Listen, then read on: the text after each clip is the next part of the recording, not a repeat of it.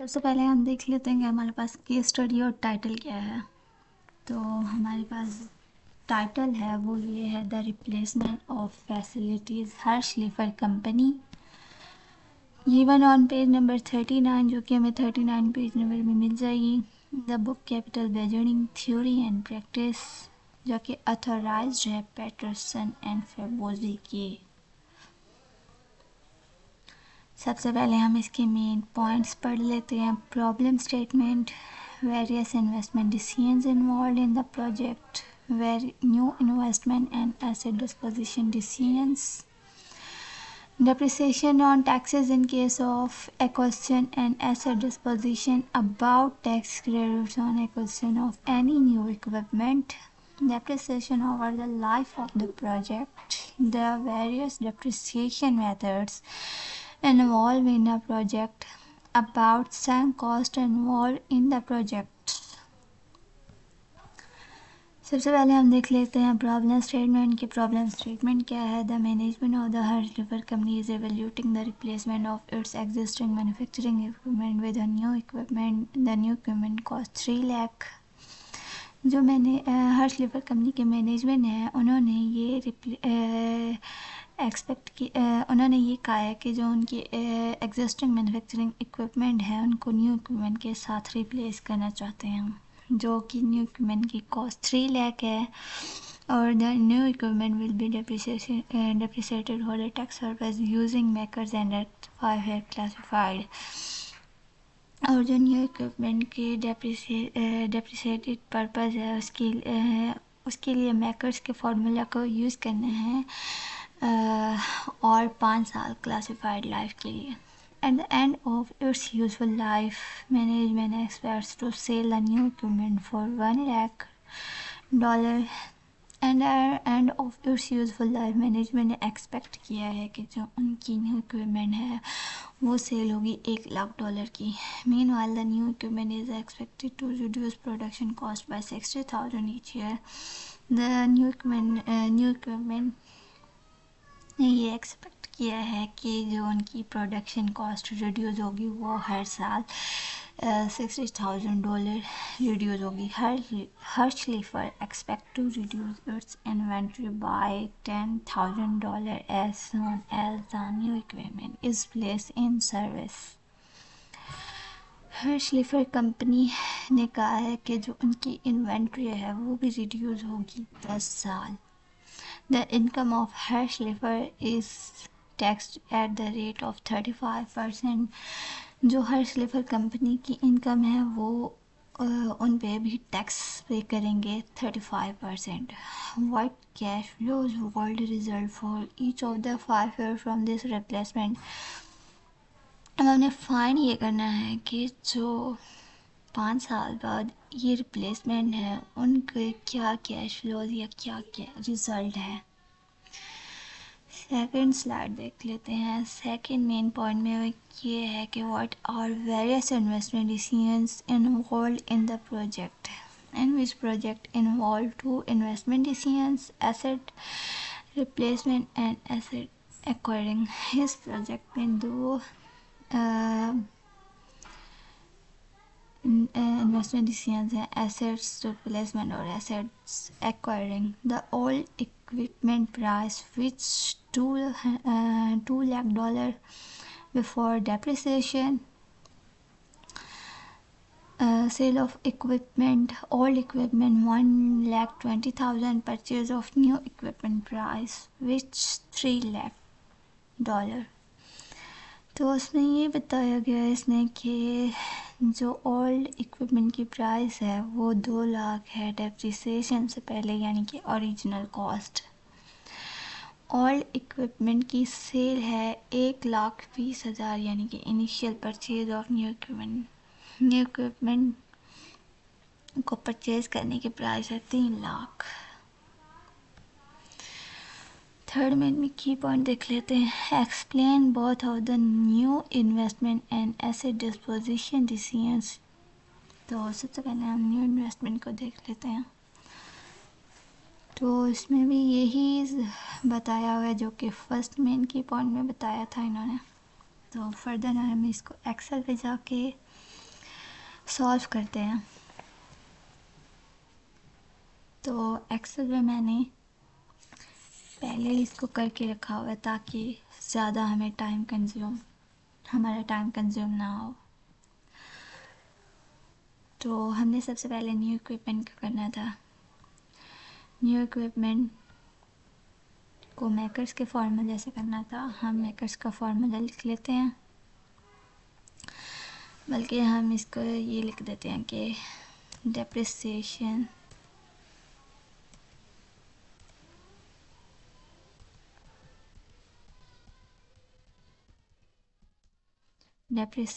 Using with makers.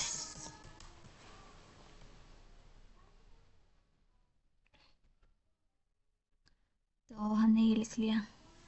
सबसे पहले हम यहाँ पे ईयर्स देखेंगे। ईयर्स लिखेंगे ईयर 1,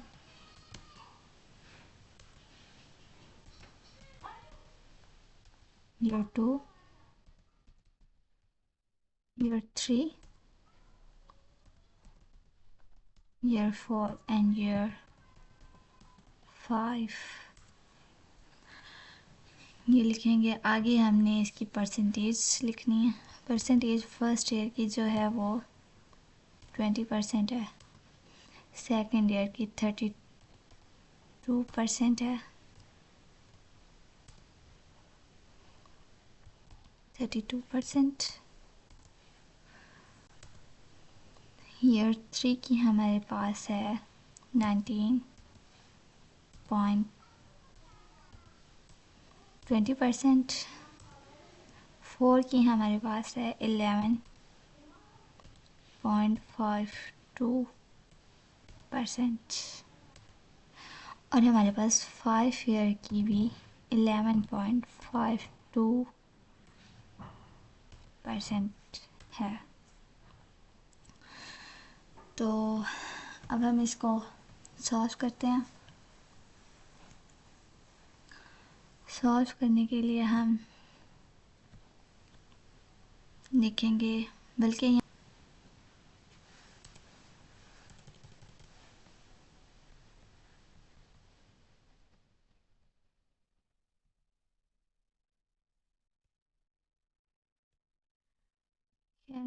यहाँ पे हम देख लेते हैं, इसको हम सॉल्व करते हैं मेकर से। तो हम ईयर्स लिखेंगे दोबारा से। Year 1,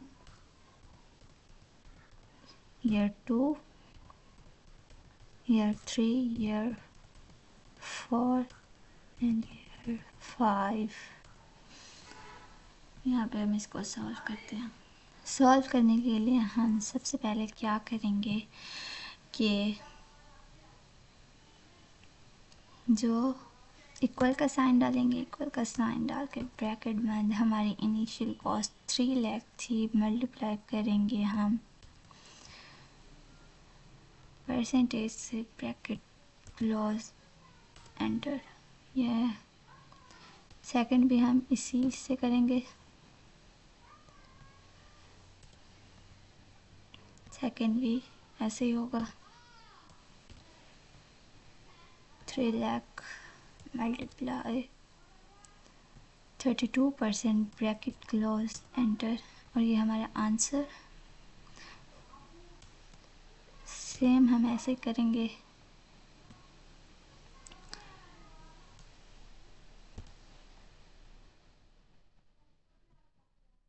bracket close, enter. शायद कोई मिसिंग है वैल्यू। ठीक हो गया। इक्वल 3 लाख, सॉरी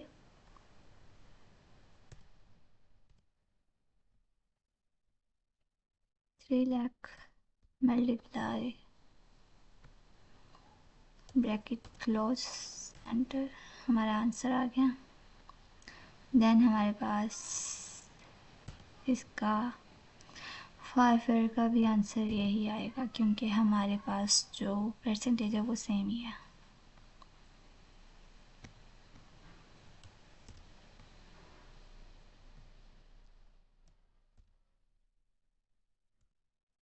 पास ये आंसर आ गया। तो डिप्रिसिएशन निकालने के बाद हमारे पास सेकंड स्टेप जो होता है वो होता है हमारे पास बुक वैल्यू का। बुक वैल्यू हम लिख लेते हैं। बुक वैल्यू हमने लिख लिया। उसके बाद हमारे पास बुक वैल्यू का फॉर्मूला होता है इनिशियल कॉस्ट माइनस डेप्रिसिएशन। ये हमारे पास डेप्रिसिएशन थी। डेप्रिसिएशन पहले हम इसको प्लस कर देते हैं। प्लस करने के लिए हम इक्वल का साइन लगाएंगे, सम करेंगे। सम करने के बाद हम ब्रैकेट लगाएंगे। ब्रैकेट 6000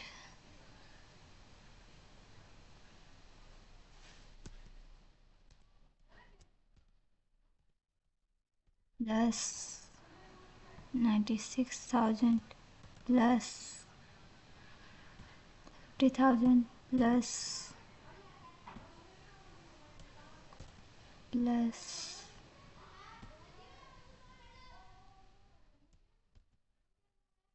एंटर कर देंगे। हमारा आंसर आ गया ये।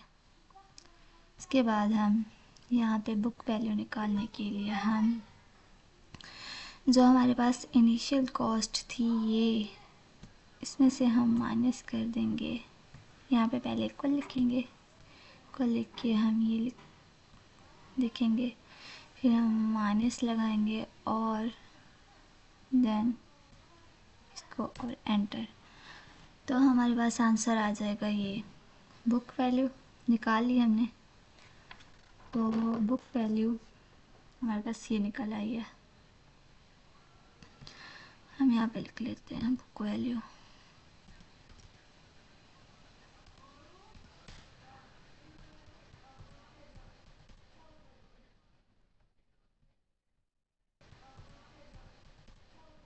हमारे पास इनिशियल आ गया आंसर हमारा।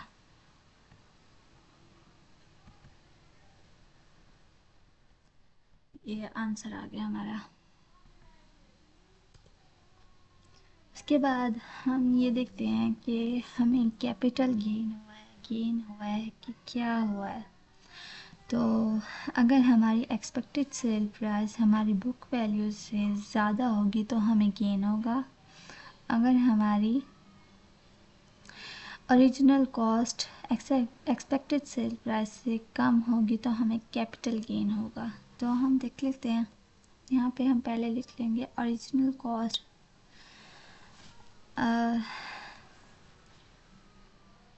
हम पहले लिख लेते हैं expected sale price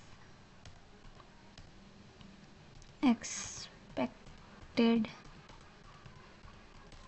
sale price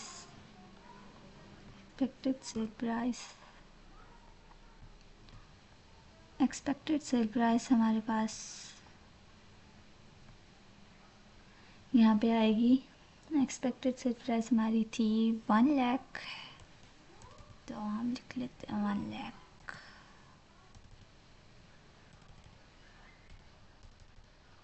1 lakh हमारी एक्सपेक्टेड सेल प्राइस थी। उसके बाद हमारी ओरिजिनल कॉस्ट जो थी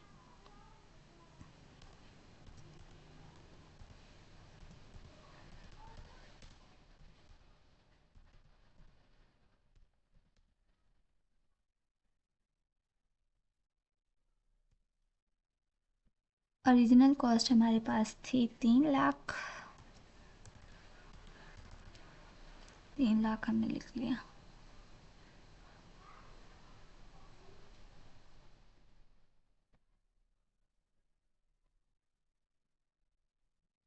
तो ये हमने लिख लिया। अब हमने ये देखना है कि हमें क्या हुआ है, कैपिटल गेन हुआ है, लॉस हुआ है, क्या हुआ है।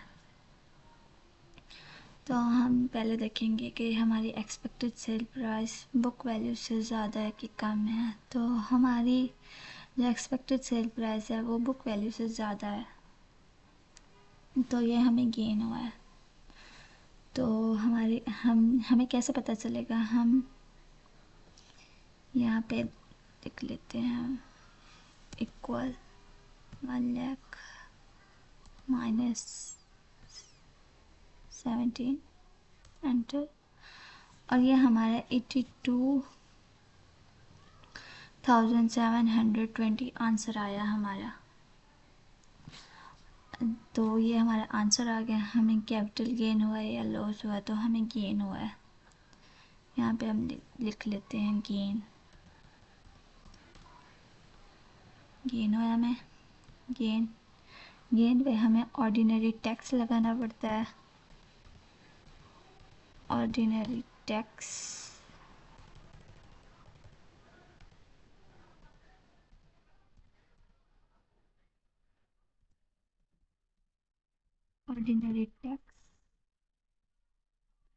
ऑर्डिनरी टैक्स हमें लगाना है 35%।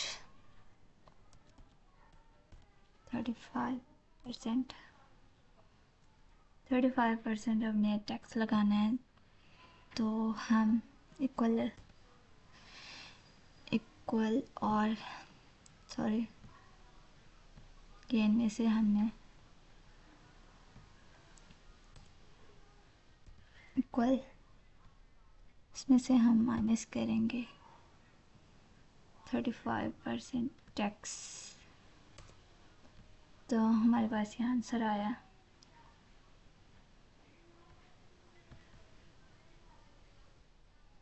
कुछ गलत किया हमने। यस,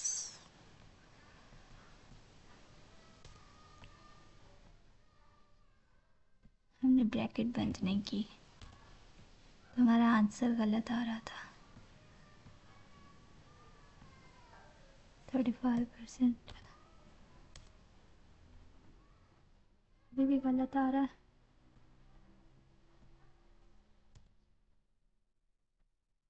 इक्वल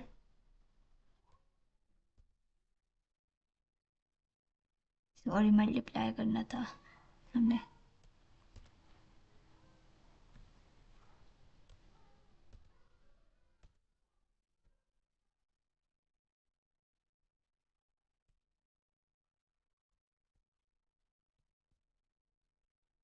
इक्वल ब्रैकेट बंद, हमारा आंसर आया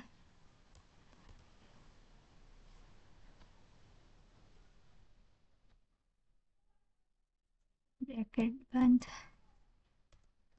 और ये हमारा आंसर आया। हमारा आंसर ये आया। तो ये हमने न्यू इक्विपमेंट का सॉल्व कर लिया। अब हम चलते हैं अपनी पीपीटी की तरफ। तो यहाँ पे आप देख सकते हैं कि जैसे हमने एक्सेल पे किया है, हमें ये बुक वैल्यू हमारी, इसके बाद हमें ये गेन हुआ है। गेन होने के बाद हमने टैक्स हमारे पास ये हमारी बुक वैल्यू थी, एक्सपेक्टेड सेल प्राइस, हमें गेन हुआ है। उस पर हमने ऑर्डिनरी टैक्स लगाया है। ऑर्डिनरी टैक्स लगाने के बाद हमारे पास आंसर आया। हम देख लेते हैं अगली स्लाइड को। Explain both the new investment and asset disposition decisions. तो ये वही है, हमारे पास गेन हुआ था 82,720। हमने टैक्स उस पर लगाया, ऑर्डिनरी टैक्स 35%, और हमारे पास आंसर आया था 2895, 200%। फिर explain both the new investment and asset disposition decisions. New investment एक कंटिन्यू है अभी। Operating cash flow, new equipment, initially cash flows. जब हमने परचेज़ की थी न्यू इक्विपमेंट इनिशियली के तौर पर देखें तो वो हमारी माइनस थी, क्योंकि हमने वो परचेज़ की थी न्यू इक्विपमेंट, हमें परचेज़ करनी पड़ी थी। उसके बाद डिक्रीज़ इन इन्वेंट्री, हमारी इन्वेंट्री डिक्रीज़ हुई थी $10,000। तो ये हमारा डिक्रीज़ इन्वेंट्री में, यानी कि हमारा जो एक्सपेंस है वो कम लगा, तो 1 किस्म का हमें प्रॉफिट ही हुआ। Fifth year cash flow, sale of new equipment, हमने न्यू इक्विपमेंट को सेल किया 5 साल बाद, तो हमारे पास ये इनफ्लो हुआ है। Tax on sale of new assets, हमने जब टैक्स लगाया तो हमें मतलब जो है वो आउटफ्लो हुआ है हमारा, तो शायद ही गलत है वैल्यू, ये नहीं आनी थी हमारे पास, सॉरी, बल्कि इसको हम सही कर लेते हैं।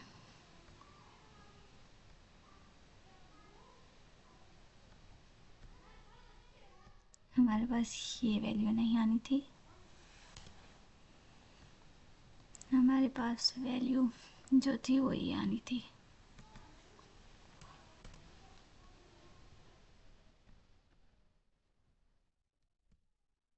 ये वैल्यू आ गई बस।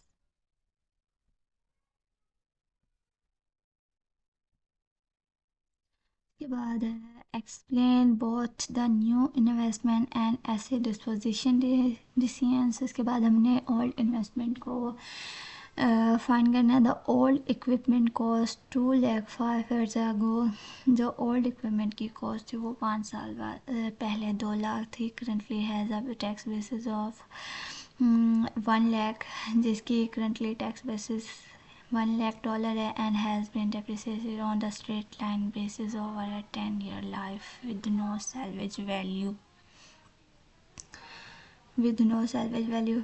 जिसको हमने ऐसे डेप्रिसिएशन निकालने के लिए स्ट्रेट लाइन मेथड यूज़ करेंगे 10 साल के लिए, और इसकी कोई सैलवेज वैल्यू नहीं है। If her sleeper keeps the old equipment it is expected to the last another 5 year. तो हम इसको फर्दर एक्सेल पे ही देख लेते हैं। एक्सेल पे हम देखते हैं, हमने ओल्ड इक्विपमेंट का पहले ही लिखा हुआ इधर, तो हम यहाँ पे पहले ईयर्स लिख लेते हैं। पहले हम यहाँ पे लिखते हैं डेप्रिसिएशन,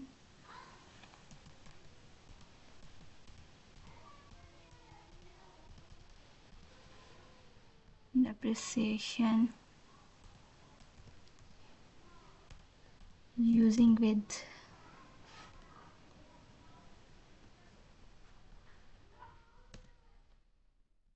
depreciation using with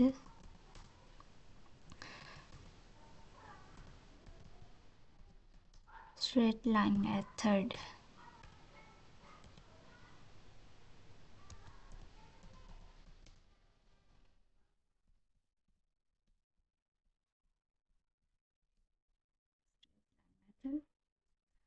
तो हम सबसे पहले इसमें देखते हैं ईयर, ये ईयर लिखेंगे हम,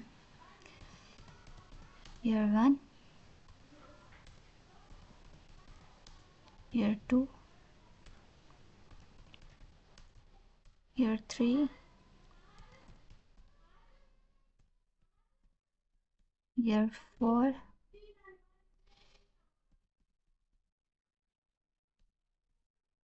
ईयर 5। तो स्ट्रेट लाइन मेथड को फाइंड करने के लिए हम क्या करते हैं, जो हमारे पास इनिशियल कॉस्ट होती है उसको हम डिवाइड कर देते हैं उसकी इकोनॉमिक लाइफ के साथ। तो हम ये आफ्टर 5 ईयर देख रहे हैं ना, तो हम यहाँ पे लिखते हैं after 5 year, after 5 years, after 5 years. तो आफ्टर 5 ईयर्स देख रहे हैं हम इसको, आफ्टर 5 ईयर्स यानी कि हम उसकी जो इसने सेल करना है वो 1,20,000 सेल करना। चले हम देखते हैं आगे।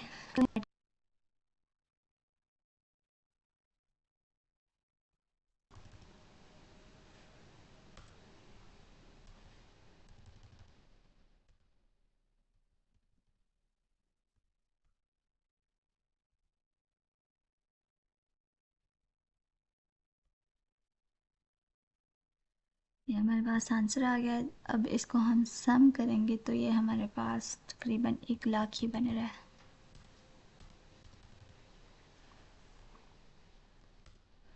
1 लाख आ गया। उसके बाद हम इसकी बुक वैल्यू निकालेंगे। सबसे पहले हम इसकी बुक वैल्यू निकाल लेते हैं। हम यहाँ पे लिखते हैं बुक वैल्यू।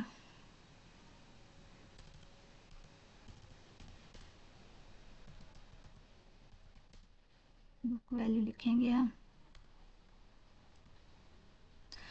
बुक वैल्यू लिखने के लिए हमारे पास जो फॉर्मूला होता है वो हमने पहले भी डिस्कस किया है कि जो हमारी इनिशियल कॉस्ट है उसमें से हम डेप्रिसिएशन को माइनस कर देते हैं, इक्वल का साइन लगाते हैं।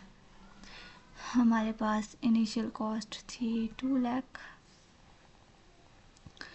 2 लाख हमारे पास इनिशियल कॉस्ट थी। उसके बाद हमारे पास माइनस 1 लाख एंटर, और हमारे पास 1 लाख बचा।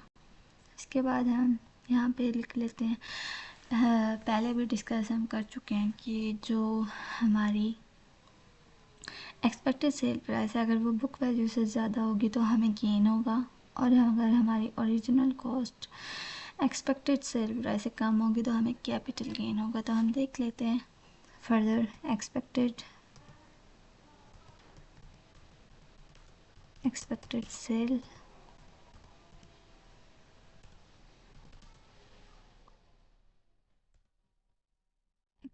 Sale price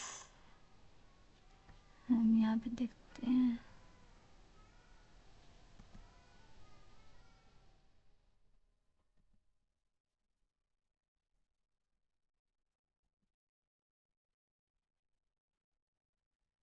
expected sale price हम देखते हैं यहाँ पे क्या है। हमारी एक्सपेक्टेड सेल प्राइस हमारे पास थी 1,20,000, क्योंकि उसने कहा था कि 5 साल बाद हमारी इतनी सेल होगी।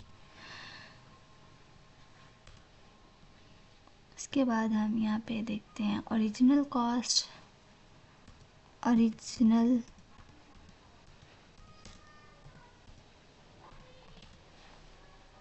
कॉस्ट जो कि हमारे पास थी 2 लाख।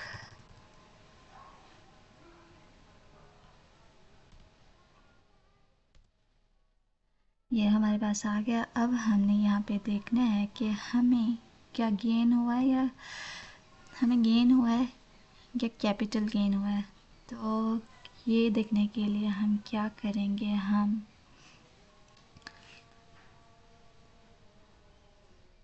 अपनी जो है एक्सपेक्टेड सेल प्राइस में से हम अपनी बुक वैल्यू को माइनस कर देंगे। इसमें से हम इसको माइनस करेंगे। 1,20,000 में से हम माइनस करेंगे 1 लाख, तो हमारे पास आंसर 20 आएगा। तो हम यहाँ पे कह सकते हैं कि हमें गेन हुआ है, सिर्फ गेन हुआ है, कैपिटल गेन नहीं हुआ। और क्या गेन होने पर हमने ऑर्डिनरी टैक्स पे करना पड़ता है, सॉरी ऑर्डिनरी टैक्स 35%।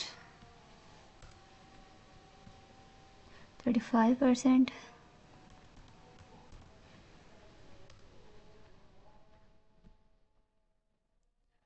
35%। अब हम यहाँ पे कैसे इसको सॉल्व करेंगे, हम यहाँ पे लिखेंगे 20,000, पहले ब्रैकेट बंद,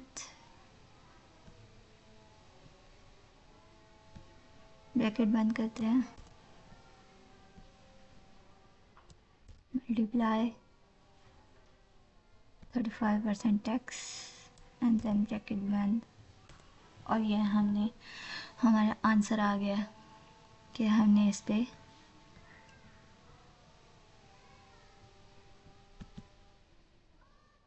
हमें जो है ये हमारा आउटफ्लो हो गया क्योंकि हमने टैक्स पे किया है।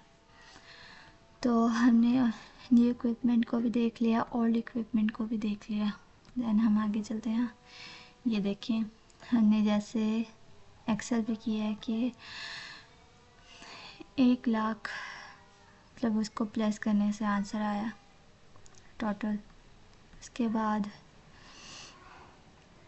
फर्दर जब हमने उसको माइनस किया तो हमारे पास 20,000 गेन हुआ था, हमें गेन हुआ। तो उस गेन पे हमने जब टैक्स लगाया 20,000 पे तो हमारे पास 7,000 आउटफ्लो हुआ है। उसके बाद हम इसको देख लेते हैं, थर्ड मेन पॉइंट ही कंटिन्यू है। Explain both the new investment and asset disposition decisions. तो ओल्ड इन्वेस्टमेंट में हम इनिशियली देखें तो सेल ऑफ ओल्ड इक्विपमेंट, जब हमने sale of old equipment sell की थी तो हमारे पास इनफ्लो था 1,20,000 का। Tax on sale of old equipment, जब हमने इसमें टैक्स लगाया तो हमारा आउटफ्लो था 7,000। जब 5 साल बाद हमने इसको देखा forgone sale of old equipment तो हमारे पास 10,000 का जो था वो आउटफ्लो था foregone tax on sale of old equipment. तो इस पे 3500 हमें जो है वो टैक्स पे करना पड़ा है, जैसे यहाँ पे एक्सप्लेन किया हुआ है कि जो हमारा $10,000 है, अगर हमने उस पर 35% टैक्स पे करना है तो हमारे पास 35 जो है प्लस 1000 वो हमें हमारा इनफ्लो होगा। उसके बाद explain both the new investment and asset disposition, इनको हमने कंपैरिजन करना है। कंपैरिजन करने से हमारे पास ये कंपैरिजन नहीं करना कि old investment and new investment change in depreciation के ओल्ड और न्यू को चेंज करने से, डेप्रिसिएशन चेंज करने से क्या चेंज आया। तो जब हमारे पास ओल्ड इक्विपमेंट में से हम न्यू इक्विपमेंट को माइनस कर रहे हैं तो हमारे पास 40,000 आया, 76,000 आया, 37,600 आया, फिर मतलब माइनस में ही जा रहा है डेप्रिसिएशन जो है हमारी। देन सेकंड स्लाइड हम देखते हैं। फोर्थ में what are the effect of depreciation on taxes in case of new acquisition or and new asset disposition, के अगर न्यू एक्विजिशन और न्यू डिस्पोजिशन डिसीजंस के केस में डेप्रिसिएशन का टैक्स के ऊपर क्या इफेक्ट है। Change in depreciation tax 35%, depreciation tax yield, change in depreciation tax 35%, change in the. तो इसने हमें ये बताया है कि हमें टैक्स यील्ड कैसे मिलेगी डेप्रिसिएशन के तौर पर। तो चेंज इन डी में हम देखते हैं कि हमारे पास 40,000 है और 35% टैक्स लगाने से वो हमारा 14,000 मतलब और हुआ है। तो इसी तरह अगर हमारी जो इनकम है 76,000 है और उस पर हमारा टैक्स लगा है 35%, तो वो हमारी जो है 26,600 बची है, यानी कि हमें लॉस ही हुआ है। तो हमें टैक्स यील्ड मिलेगी इसके ऊपर। तो सबसे लास्ट में हम देख लेते हैं कि हमारे पास था 14,560, तो हमने 35% टैक्स लगाया तो हमारे पास बचा 5,096। तो ये हमारा लॉस है और हमें टैक्स यील्ड मिलेगी। उसके बाद हम देख लेते हैं कि are there any tax credits on acquisition of any new equipment, कि तो हम देखते हैं no in this project no any tax credit because it's not any special equipment such as environment. तो ये नहीं है क्योंकि ये इस पर कोई टैक्स क्रेडिट नहीं है क्योंकि ये हमारा कोई स्पेशल इक्विपमेंट नहीं था, जैसे कि कोई स्पेशल एनवायरनमेंट नहीं था।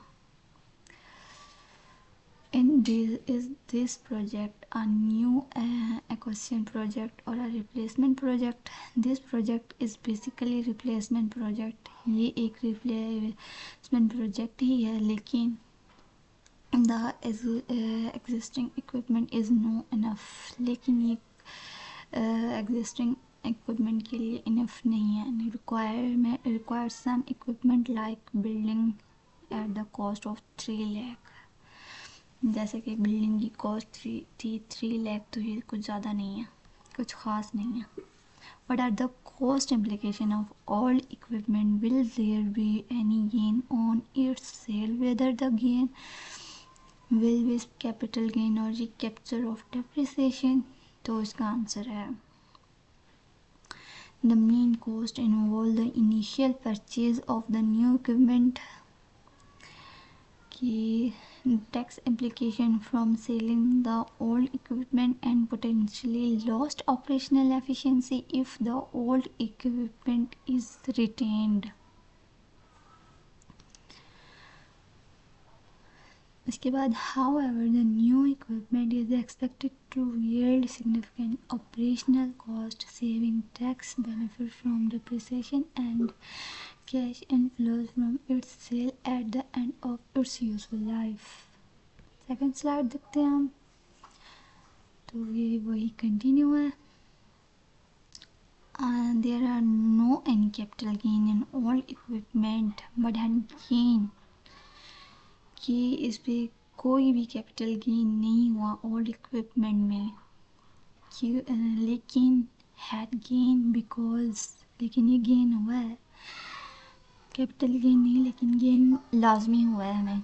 The expected sale price of old project is less than it's book value. जो हमारी एक्सपेक्टेड सेल प्राइस है उसकी ओल्ड प्रोजेक्ट से लेस, जो हमारी expected sale price of old project है वो बुक वैल्यू से कम है. ऑल्सो चार्ज गेन टैक्स पर 35% की. जो हमारी से एक्सपेक्टेड सेल प्राइस थी वो बुक वैल्यू से कम थी, तो हमें टैक्स 35% भी पे करना पड़ेगा. Is there any some cost involve in the project? There some cost 2 lakh of old equipment in this project. कि इस ओल्ड इक्विपमेंट के प्रोजेक्ट में 2 लाख जो है वो सम कॉस्ट है. देन आगे हम देख लेते हैं इसको further.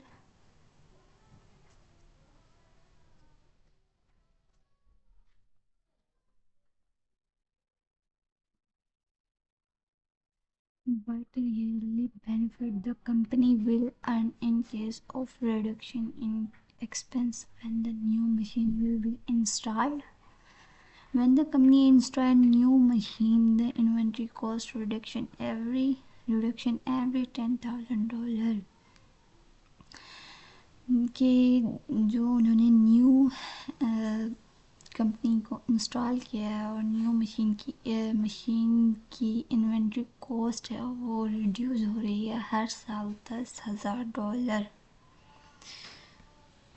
Y there is no effect और revenue due to change in equipment, कि वो चेंज क्यों नहीं आ रहा है इक्विपमेंट पे? Because this is the replacement decision not directly any business to generate the revenue.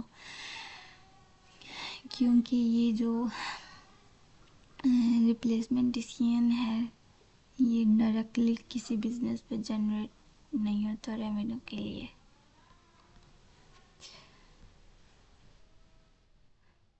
अगली स्लाइड हम देख लेते हैं. एक्सप्लेन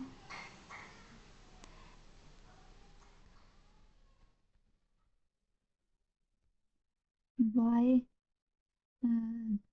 सॉरी हम 12 से ही देखते हैं इसको further.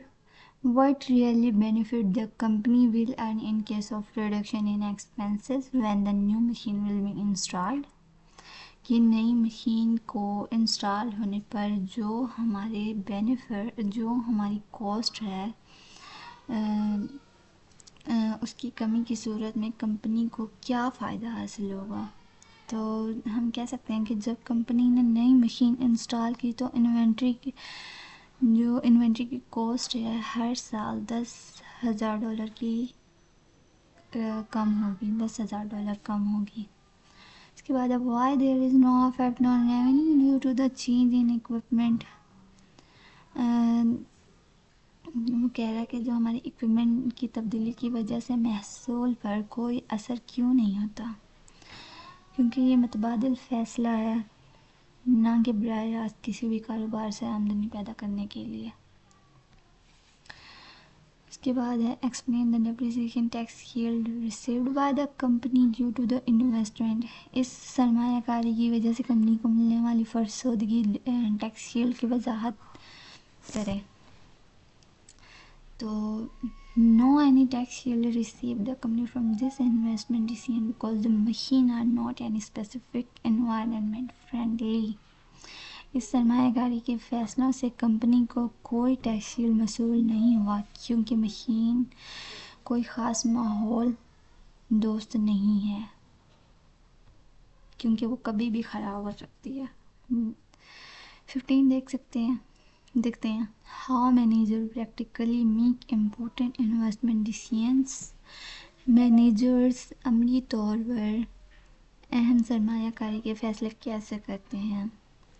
Managers can make best investment decision by using the proper information about the investment decision and manage risk. Manager investment decision के फैसलों और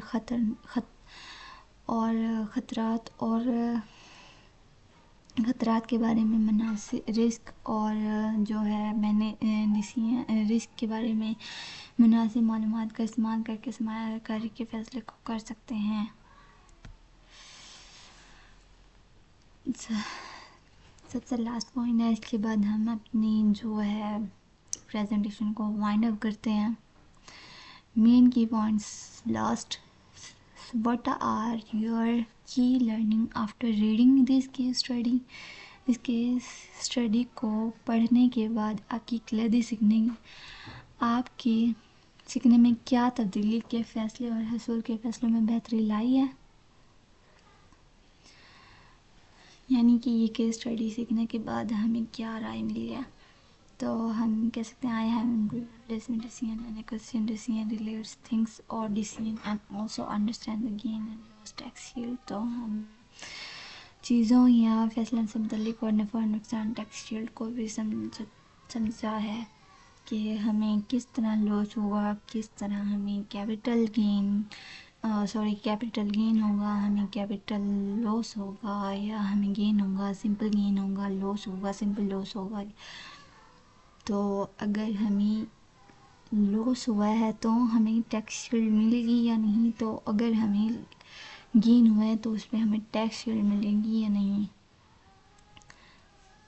तो हम इस पर थोड़ा डिस्कस कर लेते हैं कि अगर हमें लॉस होगा तो हमें टैक्स शील्ड मिलेगी, क्योंकि हमारी कंपनी को लॉस हुआ तो गवर्नमेंट ने हमसे कोई टैक्स नहीं लेना, बल्कि हमें टैक्स शील्ड लेनी है। अगर हमें गेन हुआ तो हमें टैक्स देना पड़ेगा, कैपिटल गेन हुआ है तो। So thank you. अगर आपका कोई क्वेश्चन है तो आप पूछ सकते हैं।